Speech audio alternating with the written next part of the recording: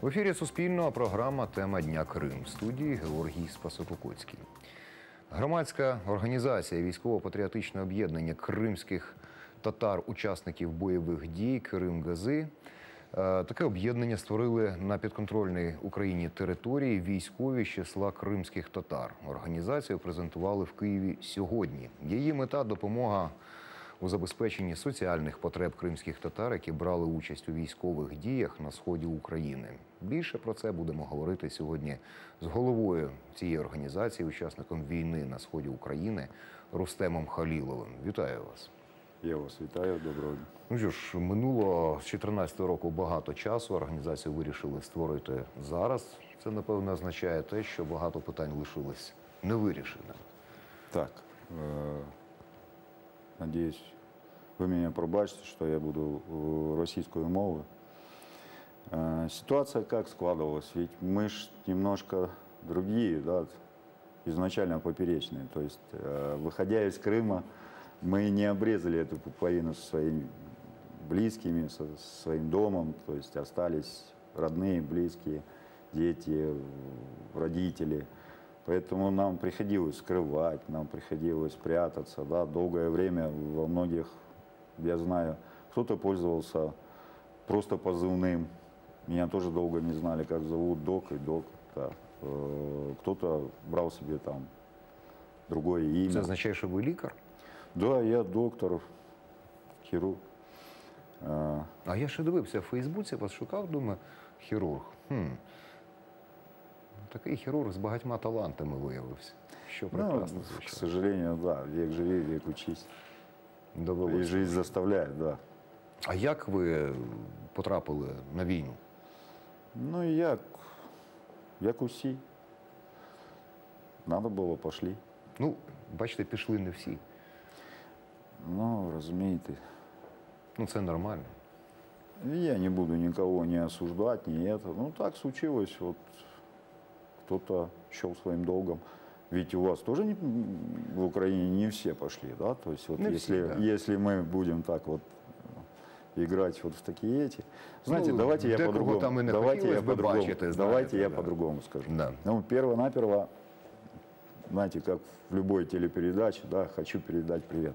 Нет, я хочу сказать спасибо огромное. Первое, когда, начиная с 2014 года, это ребятам, которые пошли воевать. Для меня было, ну, тогда Украина действительно показала, что вот она может раз объединиться и быть единым целым. И мы были тоже с вами.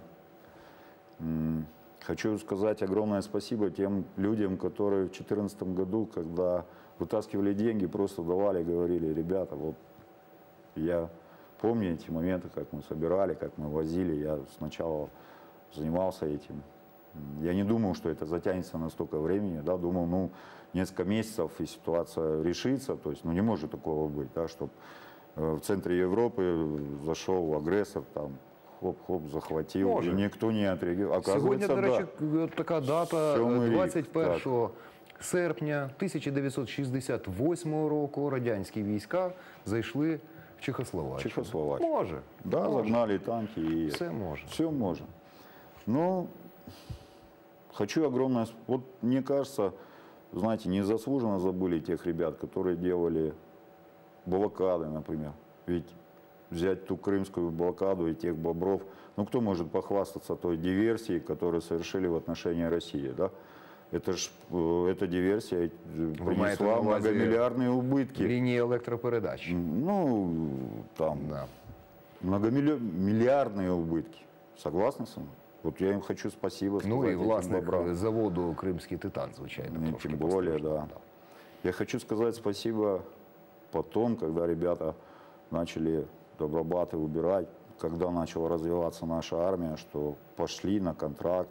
Я пошел на контракт. Я хочу сказать огромное спасибо 59-й бригаде, огромное спасибо сказать медроте, огромное спасибо сказать разведроте, огромное спасибо сказать, отдельное спасибо второму взводу разведроты. То есть я там приобрел настоящих друзей, побратимов, вот, в большом смысле этого слова, именно побратимов, знаете. И так многие ребята, вот с кем я разговаривал, у всех так. Вот есть мой коллега Осман, он тоже доктор, да, ну вот он со своими десантниками, они среди ночи друг другу позвонят, и он отзывается, что случилось, да, то есть получилось, я с его побратимом познакомился нечаянно, я его подвозил.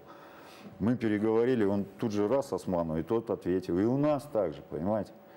На войне, говорят, как и в тюрьме, человек проявляется, да, вот сразу. Це найкраще і найгірше, да. Такі И вот, крайнощі. само собой, если там вот завязывается дружба, эта дружба уже такая вот надежная, да, то вот это, знаете, військовое такое выражение, боевое слаживание, да, оно вот настоящее боевое слаживание, оно и в жизни помогает.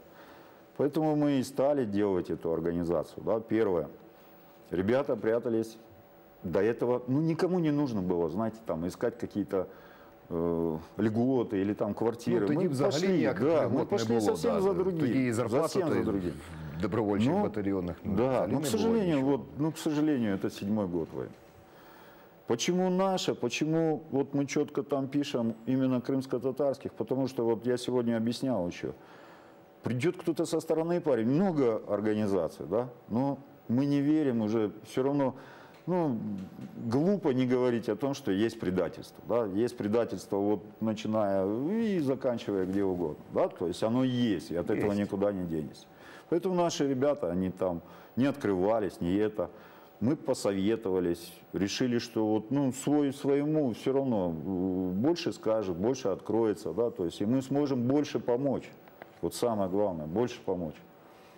Вот для этого и сделали в первую очередь, а проблем навалом. Лечить надо, реабилитация нужна, социально-бытовые проблемы. Да, ну, сунься куда угодно, в любую, ну, где-то не знают, где-то не умеют. Где-то там сухость чиновника или... Ну, чиновники взагалі схильні там от маленьку владу Да. отримав, всіх відфутболювати, Знаете, ну, і вот чекати з касовим апаратом, Я з банкою по світу вот я угоду, сталкивался с одним моментом. Там предоставлял документ, мне говорят, он недействителен. Почему? На тот момент не было единого электронного реестра. Я говорю, ребят, у меня есть документ, печать, все. Ну, это не моя проблема, что у вас не было. Ну, можете подавать в суд. Я вот ей говорю, мадам, вы меня простите, я уже опускаю моральную сторону дела, да? Ну, как минимум, нелогично сначала идти воевать за эту страну, за это государство, прошу прощения, а потом идти и судиться с этим государством, да? Ну, как Ну, минимум, воевать нелогично. за страну, а судиться с государством. Да, кстати, вот здесь оговорюсь, еще с моего приезда в Крым, это еще в 91 году, я всегда для себя вот начал делить страна Украина, государство Украина. Да? Страна — это вот ребята вокруг, люди вокруг, с которыми ты живешь каждый день, делишь кусок хлеба, твои дети ходят в одну школу. Это разные вещи. И государство Украина. Государство Украина 23 года, доктрина государства Украина была, что крымские татары — внутренний враг. Сценарий... Ну, це була не оголошена доктрина. Да, це... ну зачем? Ну вот, послужив в армии, вот с кадровыми военными общаюсь, они рассказывают. Сценарий учений такой. Крымские татары сбунтовались, турки пришли на помощь, и Збройные силы Украины совместно с Россией вот спасают Крым. Як не прикро, генералітет, що там це ж генералітет, було. керівництво країни ніколи не розглядало Росію як потенційного ворога. Ніколи. Реалістично, найбільш Да. реалістично, да, Да. взагалі ніяк. Да, Ну була а така как, ситуація. как розглядати як ворога, коли міністр оборони гражданин Російської Федерації, Глава СБУ. глава СБУ Да. гражданин Российской Федерации. И так можно дальше перечислять. Да, це прикра ситуація. Ну, зараз теж не зовсім И сколько, почищені ці ряди. и вот ну, тим не сколько менше. наших нормальных, настоящих офицеров, которые не изменили присяги в Крыму, вот они вышли, и они сами же об этом рассказывают, что да, их вот так накручивали, что рано или поздно надо будет. А потом что получилось? Крымский татарин вывозит этого офицера вместе с его семьей, спасает и вывозит из Крыма. Но это тоже было. О, як обернулось. Да? А щодо юридичних питань, один з співзасновників вашої організації, Ісмаїл Сулейманов, він, наскільки я знаю, юридичними питаннями опікується. Да? Так, но у нас, сразу отмечу, очень много офицеров, очень много людей с высшими образованиями. Я говорю, не оговорился, то есть по два. У нас будет несколько юристов, сразу скажу, честно. Ну, давайте ми тоді Ісмаїла попробуємо Да. включити. Давайте. Ісмаїле, доброго дня. Доброго дня. З юридичних питань, якими ви будете опікуватись, ну який комплекс проблем щодо кримських татар, учасників АТО, от, що б основне ви назвали? Ну как, основным можно назвать все проблемы, которые существуют, они есть основные. Но из основных есть основнее. Главное, мы все-таки создались. Мы к этому долго шли, почти 3 года собирали какие там мероприятия, собирались на всех мероприятиях, обсуждали эти вопросы, обсуждали уставные документы, в частности устав и так далее. И наконец-то мы пришли к общему мнению, организацию создали. Это уже один из первых и больших шагов в реализации наших целей. Наша мета в данном контексте заключается в том, чтобы реализовать все возможные социальные, юридические и бытовые проблемы, которые касаются ребят, прошедших очень тяжелые условия войны, которые действительно душой и сердцем болели за единую целостность нашей страны, нашей Родины. В том числе каждый из нас на 90% шел на войну с мыслью о том, чтобы вернуть Крым в лоно российского политического государственного устройства. Ну, Росія, хоча в Кремлі і кажуть, що питання Криму закрито не завжди, але ми так крапку ще не ставимо в цьому Не, мы питанні. собираем металлолом на БТР, все равно рано или поздно мы вернемся к этому. Кстати, возникал вопрос там по поводу там энергопостачания, водопостачания на Крым. Я категорически против. И мы все сделаем для того, чтобы наши родственники там страдают. Но они говорят, ребята, мы с вами, мы потерпим, мы выживем. Мы выживали в более тяжелых условиях, я имею в виду наш народ. Нас, конечно, становится все меньше и меньше. В процентном соотношении еще больше эта цифра увеличивается в меньшую сторону. Но готовы пойти на жертвы, готовы пойти на все, лишь бы все вернуть на круги своя. Чтобы Крым вернулся в Украину, чтобы мы от этой гниды российской избавились. Это все Путин. Я уж не буду говорить, как наш первый министр иностранных дел сказал, как его зовут на самом деле. Все понимают это. Это очень неправильно. И вообще, мне вот, ну, скажем, я тоже в какой-то степени политолог, да? Мне в какой-то степени даже вот соромно за Украину. Как можно было отдать все вот эти ядерные вооружения под честное слово, как бы, знаете? Нет у России, вообще у этого государства честного слова не существует.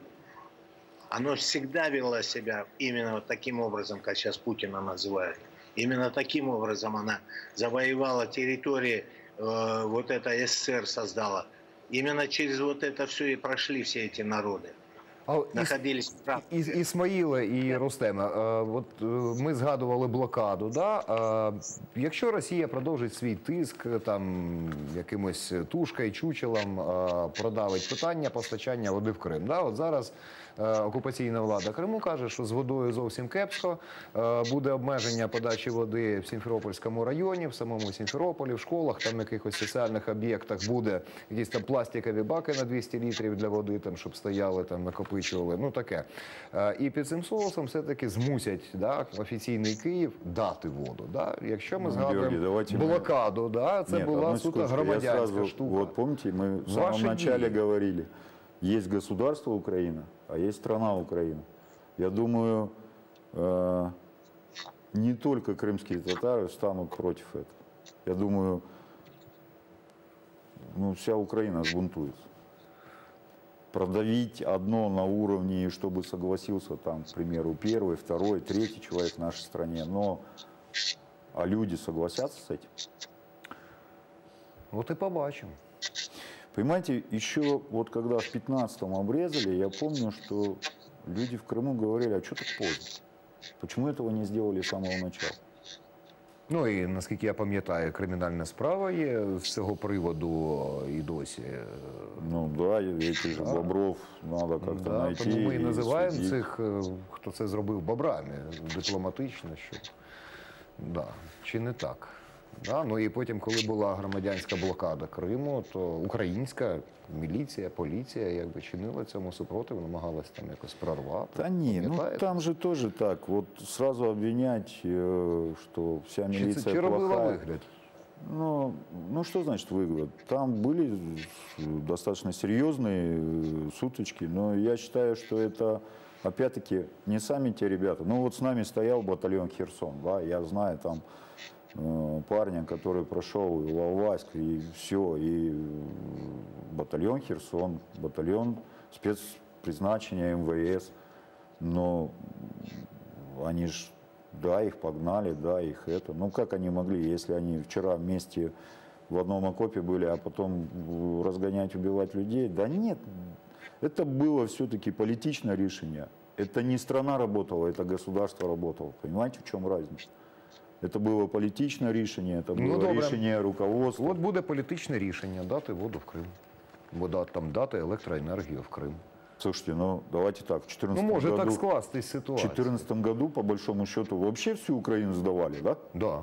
Да? Ну как-то же люди встали, пошли, и не получилось ничего. Ну так же было. Да, так і було. Да, и Думаєте, знаете, буде вот повторення? я знаю много ребят, стануть которые вот не сегодня уволились, там пошли, ну мало ли, например, бегать там, это вот как доктор скажу, да, эти болячки в кулек собираются, а потом этот раз кулек порвался, и все это на тебя высыпалось. Но ребята ушли, но это не значит, что они ушли совсем. Да, накопились дома проблемы, накопились в семье проблемы, да, там надо их решать. Но в случае чего эти все пацаны вернутся. Все вернутся. Хочу ще одного вашого побратима Смаїла Меметова включити з Мелітополя. Смаїл, ви на зв'язку? Да, я на зв'язку. Смаїл, є ще така проблема, зокрема для багатьох кримських татар, учасників АТО. Річ в тому, що хтось пішов в окремі підрозділи там Збройних сил служити, але з 2014 року довго йшла мова про те, що буде створений окремий кримсько-татарський батальйон Крим. Говорили, він буде в Нацгвардії, потім щось не склалось, він там буде ще щось. І вийшло так, що хтось пішов в добровольчі батальйони, хтось взагалі брав участь в АТО неофіційно. Да? Як вирішувати ці проблеми, надання статусу учасника АТО, як вони вирішуються? Вопрос, конечно, с одной стороны легкий, легко ответить можно. А наши реалии теперешние в государстве, это сложный вопрос. Как бы, по моему разумению, было одно время такой разговор, если побратим, воин, доброволец подводит двух свидетелей, которые вместе с ним воевали, и они за него дают слово, да, это он такой, то можно дать ему УБД. Но почему-то этот момент не пошел дальше. Это один такой момент. Но есть же люди, которые в ЗСУ прослужили и до сих пор не получили УБД. Им каждый день, я знаю таких людей, и им каждый день говорят завтра, завтра, завтра. Я сам получил УБД буквально, так скажу, мои ребята все получили, я только через полгода я получил его. Все время то фамилию неправильно писали, то еще что-то придумывали. Просто был, видимо, такой какой-то функционер военный, которому моя фамилия не нравилась, и моя нация, наверное, не нравилась. Что-то у него, видимо, с Крымом такой была своя какая-то связь, что он так вот относился. Слава Богу, все нормализовалось, нормально стало. Но факт остается фактом, что мне особенно жалко наших ребят, вот нашего комбата батальона Крым Исаакаева. Там такие, я вам скажу, там я их видел, я знаю их. Такие ребята, ну просто в 2014 году в ЗСУ, в Национальной гвардии, ну не было таких людей. Отрывных, которые могли любую задачу решать. И вот они на Саур-могиле так это все прошли, и вроде бы этот генерал-герой рядом с ними были, сколько он за них слова говорил. А вот государство относится к нам, особенно вот к этим ребятам, батальона Крым, ну, мягко сказать, отрицательно. Они до сих пор не получили УБД. С чем это связано? Мне много лет, и у меня в моей жизни это не первая война. И судя, вот оглядываясь назад, зная Советский Союз, зная отношение к нам, крымским татарам, Украина на данный момент, я имею в виду наши политики наверху, они от тех политиков советских, они далеко тоже не ушли. Тот же Порох возьмем. Он столько был президентом, столько нам говорил, что вот да, примем на законодательном уровне такие документы, Крымско-Татарская автономная республика и так далее, в составе Украины. Чего это? Бла-бла-бла. Ничего нет. В прошлом году, ровно год тому назад, вот 23 числа в Киеве, я был, когда мы приехали на первый марш ветеранов, а с каждой области были делегированы по 10-15 человек на день раньше, и мы собирались, что-то военное название такое, там такое специальное место, по поводу ветеранской организации и по поводу нашего марша. Были приглашены на это все послы, там их семерки G, так скажем. Все были послы, а президент не был приглашен, потому что он не хотел с нами связываться. Он вообще хотел ликвидировать Министерство ветеранов, нас куда-то сунут, непонятно куда. Но когда это мое предположение, когда мы там уже сидели и наступали, и когда появился президент Украины Зеленский, мы все удивились. Ну, я так понимаю, он понял, что там такие послы из таких стран, а вот нам это будет неудобно. Он приехал туда. После того, как он там выступил, там много чего пообещал, но это обещания были выполнены наполовину, а через какое-то время вообще все было ликвидировано. Я лично к нему подошел. У меня и записи есть, потому что мне это просто нечаянно эта запись у меня осталась, а так все эти записи везде были уничтожены. Я подошел и спросил, вот я говорю, такой-то, такой-то, я вот такой-то лет уже вот воюю за державность Украины, говорю, я самый пожилой, говорю, крымский татарин, среди всех крымских татар-воинов. Вот у меня к вам вопрос вот такой, что будет с крымскими татарами после того, как мы Крым вернем? А то, что мы Крым вернем, я в этом ни грамм не сомневаюсь. Ну, он, как всегда, в своей манере там отвечал.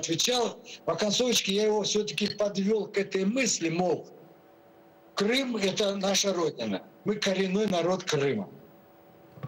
Если мы Крым вернем, вы что, опять там будете делегировать в Крым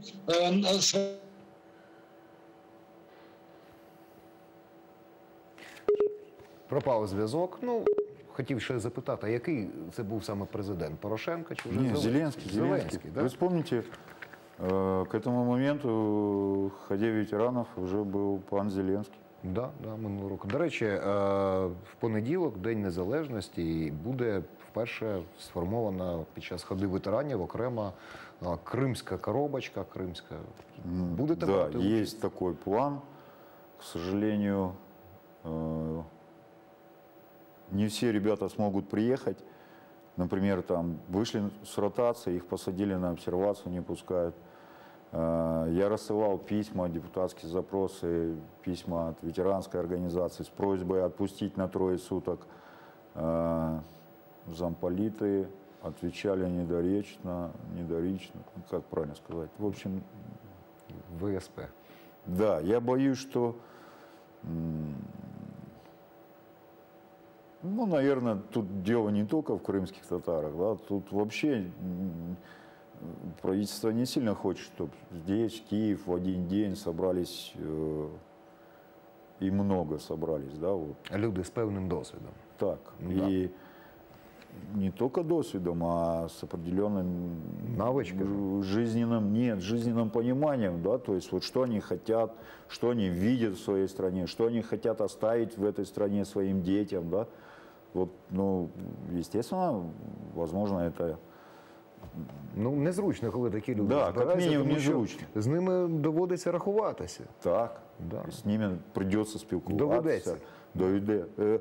И нужно будет и пообещать, и нужно будет после обещания еще хотя бы что-то сделать, да, то есть. Скажіть, для вас, як для кримського татарина, що таке незалежність України?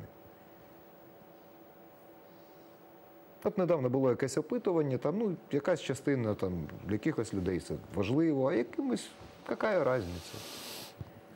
Я не, знаете, вот что такое свобода, да? Для любого крымского татарина, и я знаю много ребят, украинцев, которые, для них свобода, вот незалежность, это в первую очередь свобода. Ну, а комусь і ковбаса 2,20 важливіше, і саме ну, вкусне в мире советское давайте мороженое. так, Советский Да? Союз был долго.